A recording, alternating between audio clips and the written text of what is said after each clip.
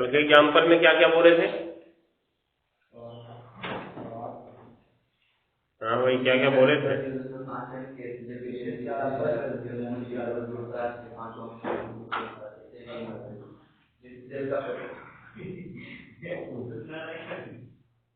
नॉर्मलता दिया गया है, फिर विशिष्ट चालकता दी गई है, उसके बाद प्रतिरोध दिया है। तो क्या क्या पूछ रहा है? तेल स्थिरांक पूछ रहा है और मोलर चालकता पूछ रहा है। ठीक है, तो क्या कर सकते हो, ध्यान से देखना। दिया है, हाँ, KCl विलयन की नॉर्मलता बराबर 0.01। नॉर्मलता को हम प्रदर्शित करते हैं n से।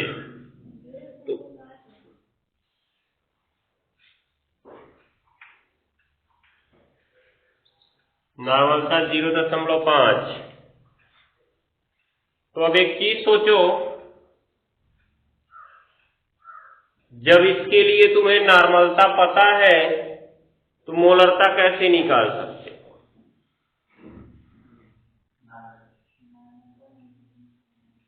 नॉर्मलता और मोलरता में संबंध से हम मोलरता निकाल लेंगे तुरंत, क्योंकि हमको मोलर चालकता निकालनी है ना, तो मोलरता निकाल लेते हैं। तो नॉर्मलता और मोलरता में संबंध का फॉर्मूला विलियन चैप्टर का कल टेस्ट होने वाला था। नॉर्मलता बट्टे मोलरता बराबर n। उसमें n क्या था? नॉर्मलता था। और क्योंकि ये न तो अम्ल है न तो क्षार, ये है क्या? लवण है। तो लिखेंगे लवण KCl। KCl को लिख सकते हो या K प्लस और Cl माइनस की कुल धन संयोजकता। हम लोग पीछे इस पे चर्चा किए थे, सवाल भी विस्तार पूर्वक लगाए थे, गहन चर्चा हुई थी इस पे। कुल धन संयोजकता n बराबर कितना है जी? +1। एक ही पोटेशियम है, उसके ऊपर एक ही आवेश लगा हुआ तो +1 हो गया। 2 पोटेशियम हुआ होता 2 गुणे +1 अर्थात +2 हो जाता, या 2 प्लस लगा होता तब भी 2 हो जाता, लेकिन ऐसा कुछ नहीं हुआ। 2 गुणा +1 गुणा हो गया ना। अब देखो, क्योंकि हम क्या जानते हैं, नॉर्मलता बट्टे मोलरता बराबर n। नॉर्मलता तो पता है 0.5, मोलरता m नहीं पता है, बराबर n भी पता है कितना? 1। तो m बराबर 0 कितना आ गया? 5 आ गया। अर्थात यहाँ नॉर्मलता और मोलरता दोनों समान है। तो रख दिए होते नॉर्मलता भी, तब भी तुम्हारा उत्तर सही होता। लेकिन हाँ, जब उत्तर पता होता तभी, उत्तर तो पता नहीं तो जाहिर है तुमको लगता गलत होगा। अब हो गया ना, मोलरता निकाल दिए। अब क्या क्या दिया है आगे? विशिष्ट चालकता दी गई है ना। विशिष्ट चालकता कप्पा बराबर क्या? 0.00265 ओम पे -1 और सेंटीमीटर पे -1। फिर प्रतिरोध R बराबर क्या दिया है?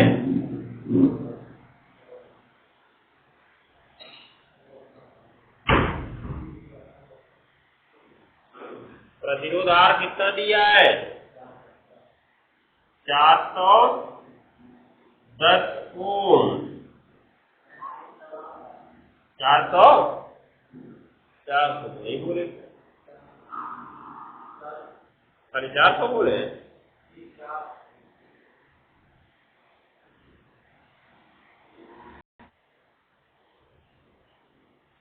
हो गया। तो प्रतिरोध R बराबर कितना, 400 ओम। और कुछ दिया गया था, नहीं दिया गया। तो सेल स्थिरांक ज्ञात करना है ना।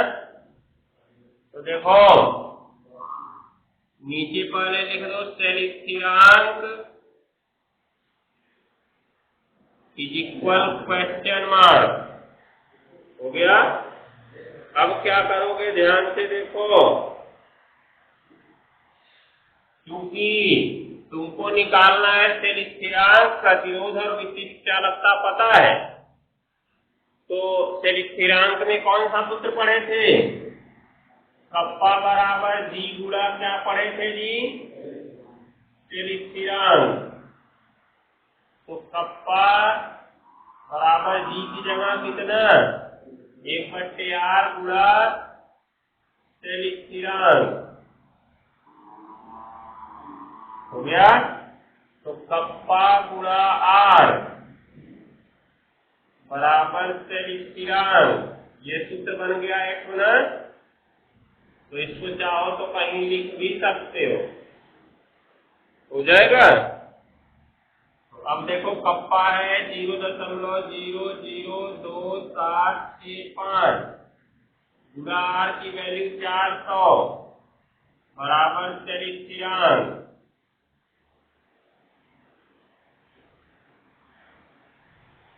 तो बराबर देखो इसका क्या हो जाएगा, 2 जीरो पहले बढ़ा दो, 4 25 20 को 0 हो गया ना।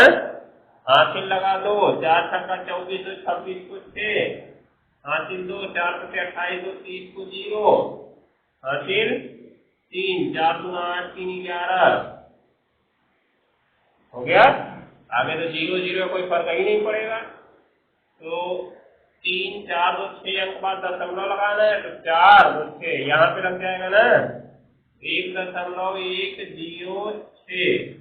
ये क्या है जी, सेल स्थिरांक है। और किसमें है, प्रति सेमी में है। हो गया ना। अब हमको निकालना है क्या, मोलर चालकता निकालनी है। तो मोलर चालकता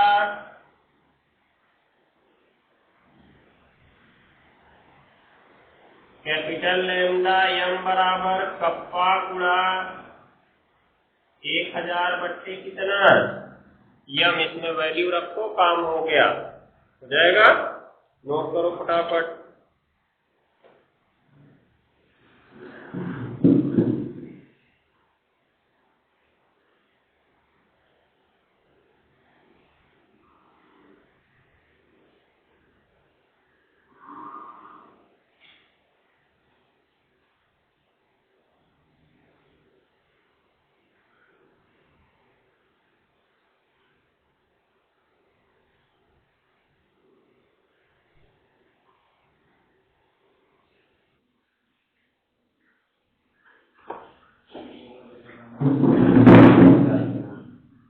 अब हेडिंग लिखो, हेडिंग चालकता को प्रभावित करने वाले कारक। चालकता को प्रभावित करने वाले कारक।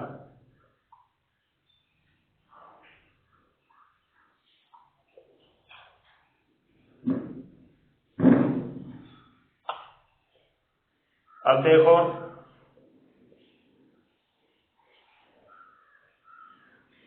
जो किसी विद्युत अपघट्य की चालकता होती है वो हमें क्या बताती है, कि दो इलेक्ट्रोडों के बीच आयन कैसे चल रहे हैं। दो इलेक्ट्रोडों के बीच आयन कैसे चल रहे हैं, ध्यान से समझना। इसके बीच कुछ धनायन होंगे, कुछ ऋणायन होंगे।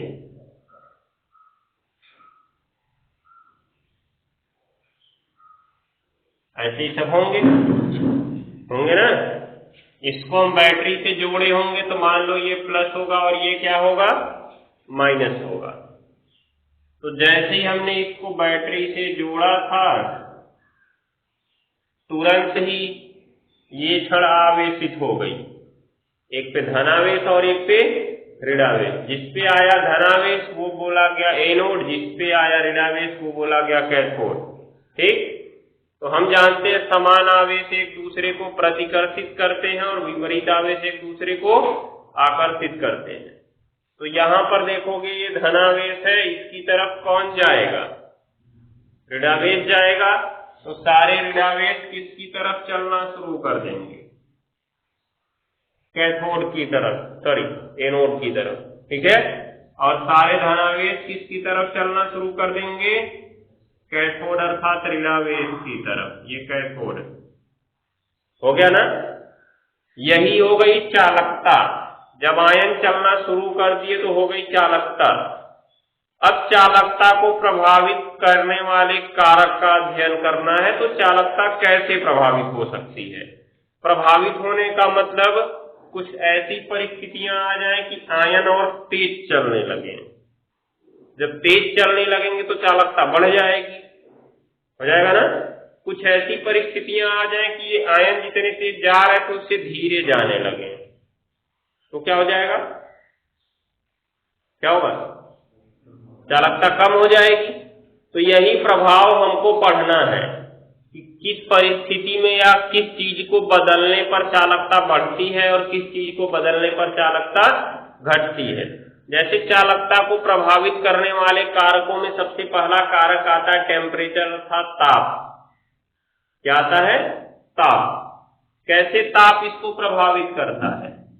मान लो हमने इसको गर्म कर दिया नीचे से,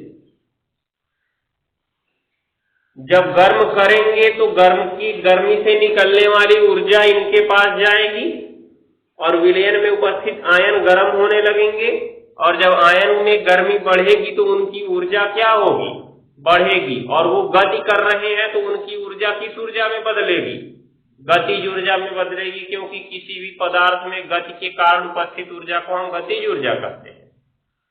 तो वो लेने वाली उसमें ऊर्जा को सब किस में बदल देंगे, गतिज ऊर्जा में बदल देंगे, और उनकी गति क्या हो जाएगी, तेज हो जाएगी, मतलब और तेज भागने लगेंगे। तुम्हारे पीछे आग लगा दीजिए तो क्या बैठते रहोगे, भागोगे जितना देर हो सकेगा। ठीक है, वैसा ही काम यहाँ पे है कि जब इनको गर्मी मिलती है तो इनकी ऊर्जा बढ़ जाती है और ये तेजी से भागने लगते हैं, और जितनी तेज चलेंगे चालकता उतनी ही अधिक होगी।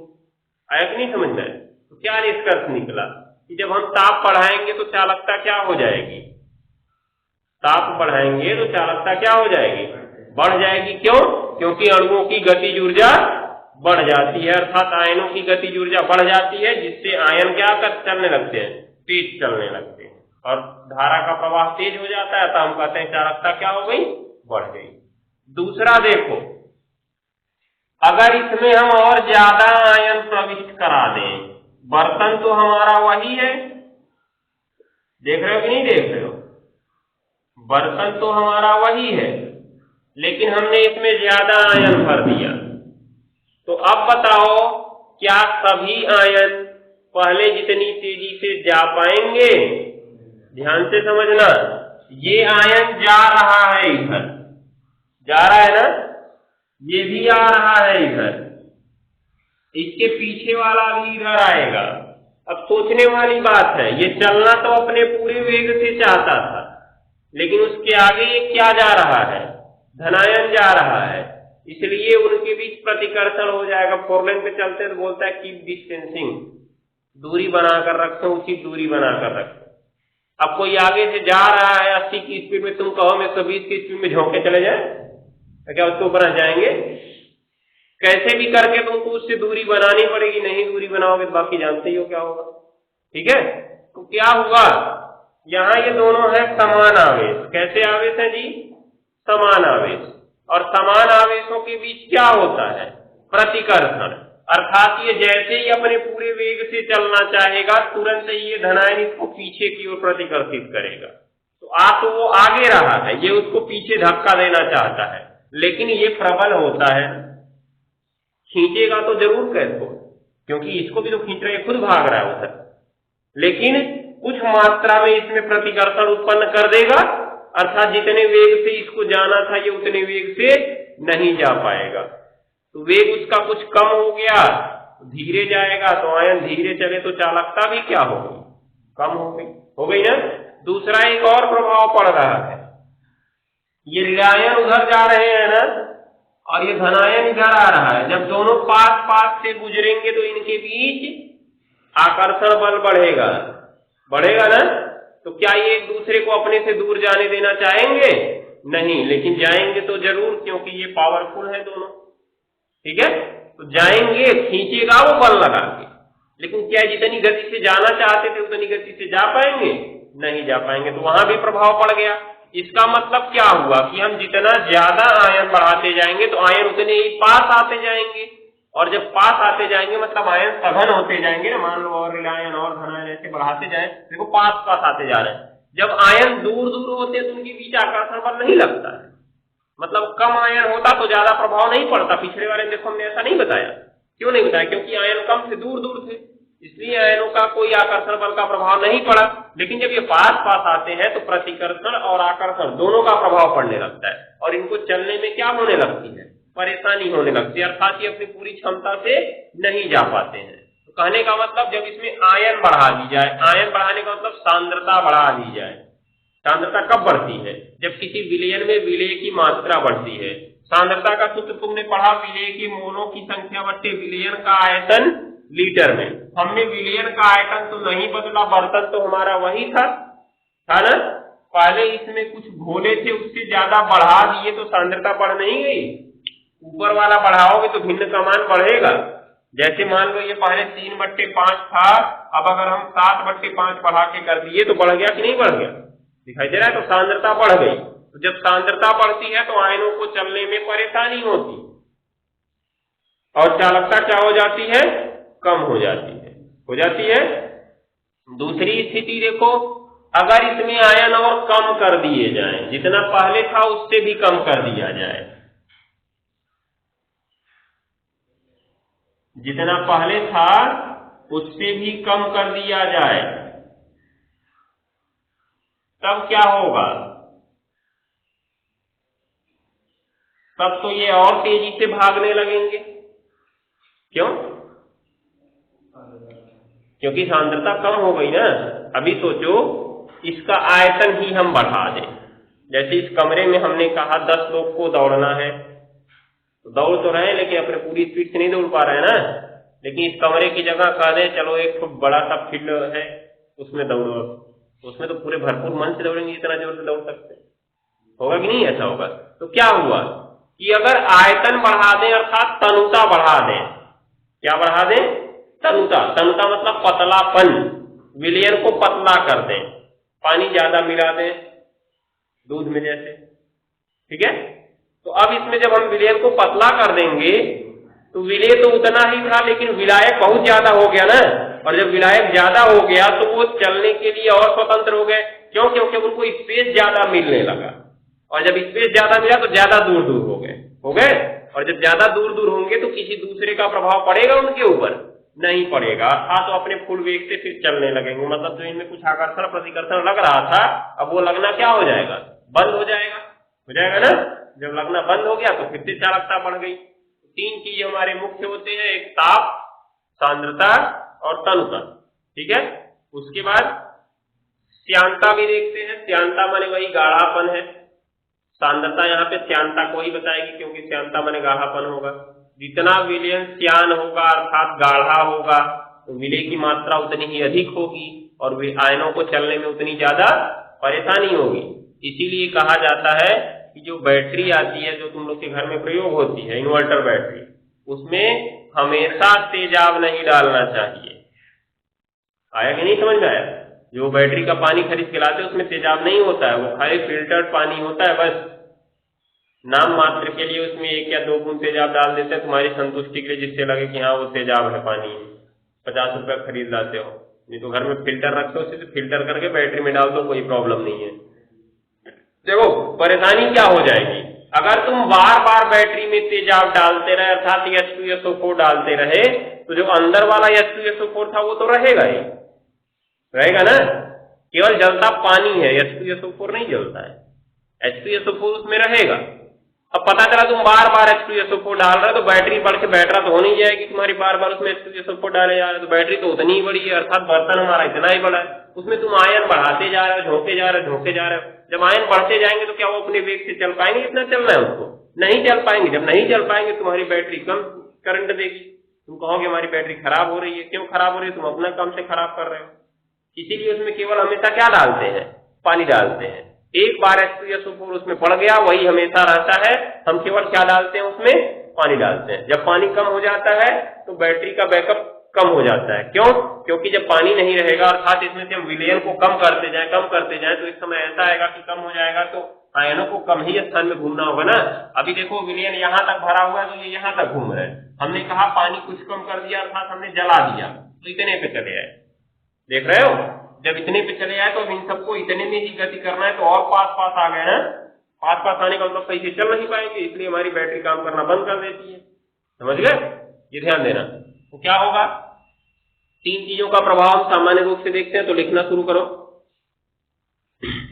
तीन चीज क्या? चार चीज हो गई। कैसे? एक तुम्हारा हो गया ताप हो गया, एक श्यानता या सांद्रता हो गई जो गाढ़ापन था, फिर तनुता हो गया, और इनके बीच जो आकर्षण और प्रतिकर्षण बल देखते हैं वो भी तो हो गया। प्रतिकर्षण करेगा जितने वेग से जाना चाहेगा नहीं जा पाएगा, आकर्षण करेगा तब भी जितने वेग से जाना चाहेगा नहीं जा पाएगा। तो लिखना शुरू करो। चार हो गए, चार लिख दोगे बहुत है। तो लिखो इसमें क्या लिखे? क्या लिखे? कुछ नहीं लिखे? हेडिंग बोले ना चालकता को प्रभावित करने वाले कारक। तो लिखो किसी विद्युत अपघट्य के विलयन की चालकता निम्न कारकों पर निर्भर करती है। किसी विद्युत अपघट्य के विलयनों की चालकता निम्न कारकों पर निर्भर करती है। इंपॉर्टेंट हेडिंग है ये।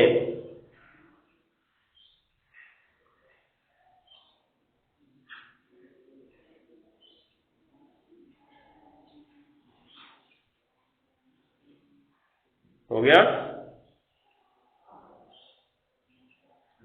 निम्न कारकों पर निर्भर करती है। पहला नंबर हेडिंग ताप, पहला नंबर ताप, ताप हो गया। लिखो ताप बढ़ाने पर, ताप बढ़ाने पर विलयन में उपस्थित आयनों,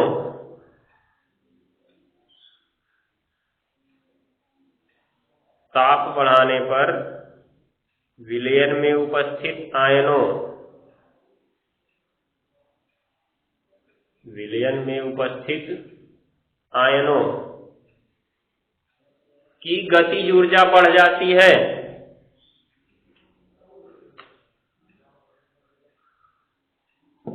विलयन में उपस्थित आयनों की गतिज ऊर्जा बढ़ जाती है, जिससे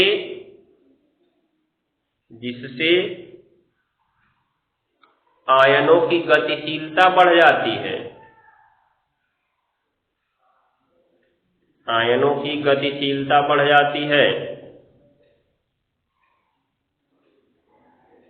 आयनों की गतिशीलता बढ़ जाती है अर्थात विलयन की चालकता बढ़ जाती है, अर्थात विलयन की चालकता बढ़ जाती है।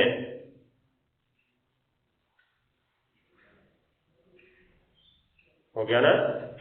विलयन की चालकता बढ़ जाती है। हो गया? तो लिखो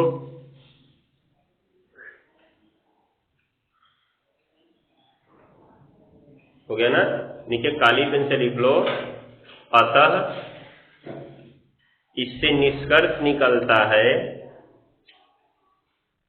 अतः इससे निष्कर्ष निकलता है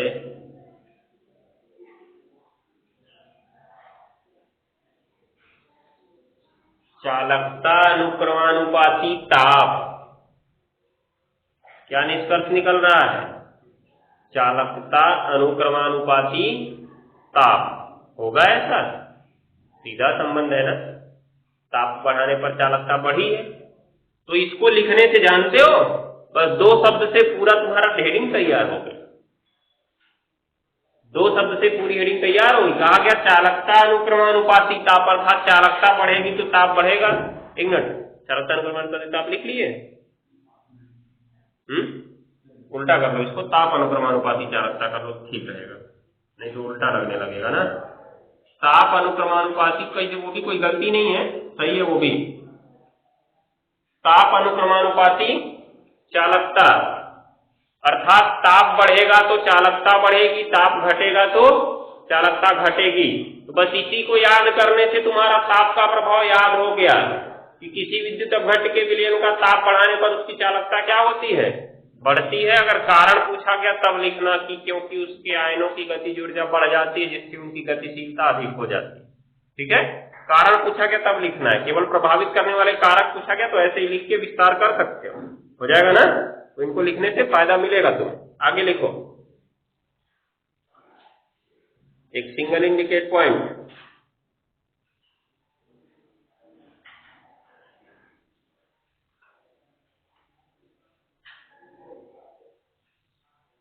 विलयन का ताप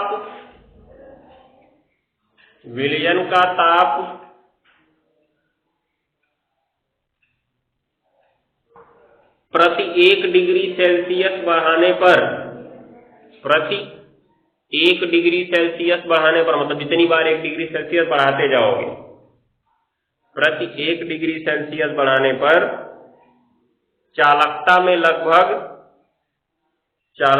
लगभग 2 से 3% की वृद्धि होती है। चालकता में लगभग 2 से 3% की वृद्धि होती है।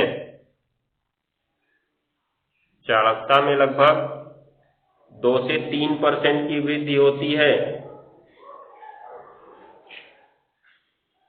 हो गया?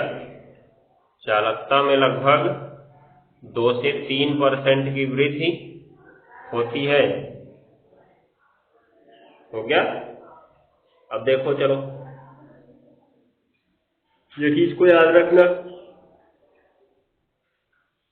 अब लिखना शुरू करो।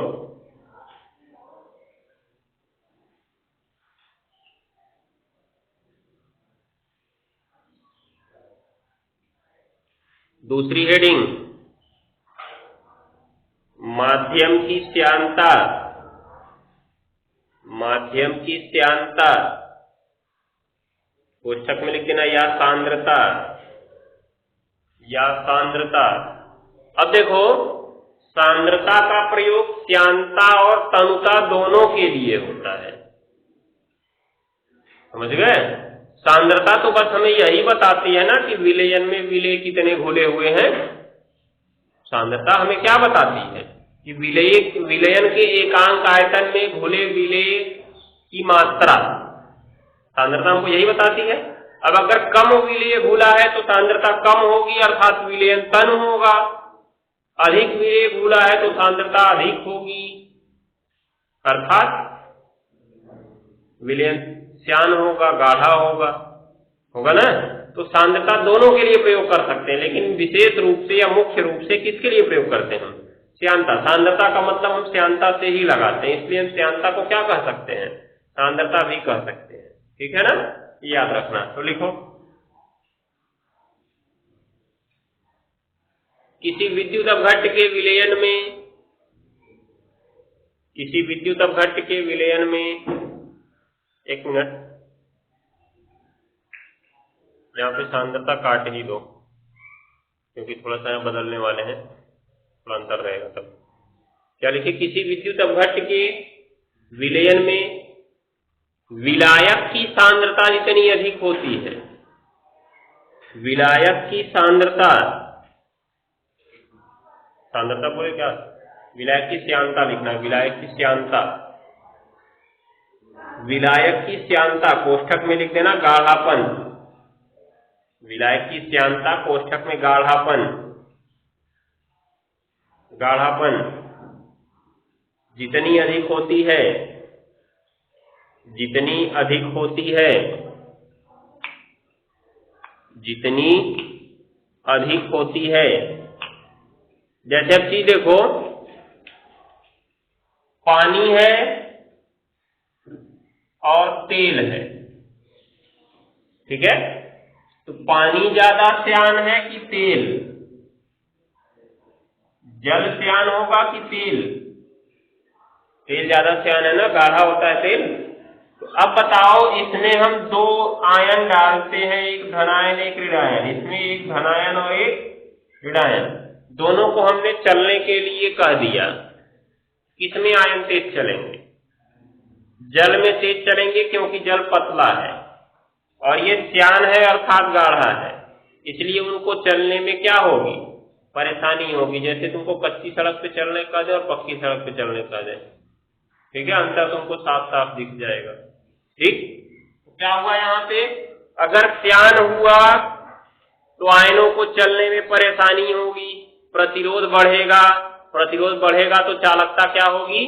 घटेगी, क्योंकि चालकता तो प्रतिरोध का उल्टा होती है ना, पढ़ रखा हमने पीछे, हो गया ना। तो क्या लिखे? माध्यम की श्यानता जितनी अधिक होती है, हो गया ना, आयनों को चलने में उतनी ही परेशानी होती है, आयनों को चलने में उतनी ही कठिनाई होती है, लिखना, आयनों को चलने में उतनी ही कठिनाई होती है, जिसके फलस्वरूप विलयन की चालकता घट जाती है, जिसके फलस्वरूप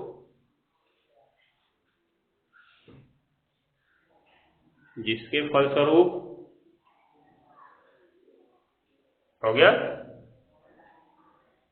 क्या लिखे? जिसके फलस्वरूप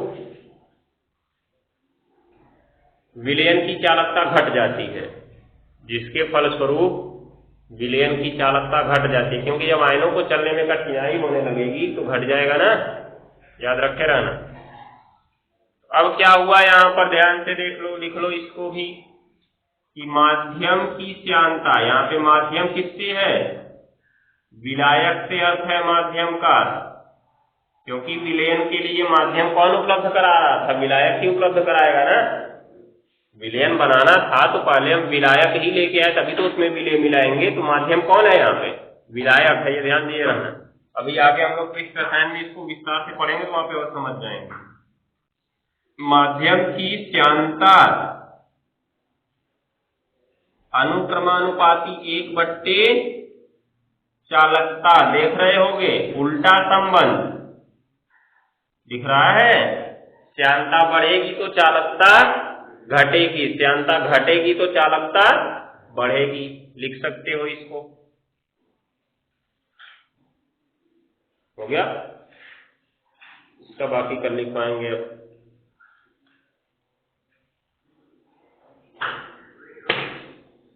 कल ये समाप्त हो जाएगा 5-10 मिनट में। कोलराउस का नियम बताएंगे, कोलराउस के नियम के बाद ये तुम्हारा विद्युत अपघटनी उघटनी सेल सब खत्म हमको लगता है। विद्युत अपघटनी सेल, विद्युत रासायनिक सेल खत्म हो गया, बस संचारण, संचारण पढ़ना है, शायद संचारण भी खत्म कर दिया, संचारण शायद पढ़ना होगा, संचारण पढ़ना है, फिर इलेक्ट्रोड विभव नट समीकरण पढ़ना है, विद्युत रासायनिक श्रेणी पढ़नी, मतलब ये चैप्टर है।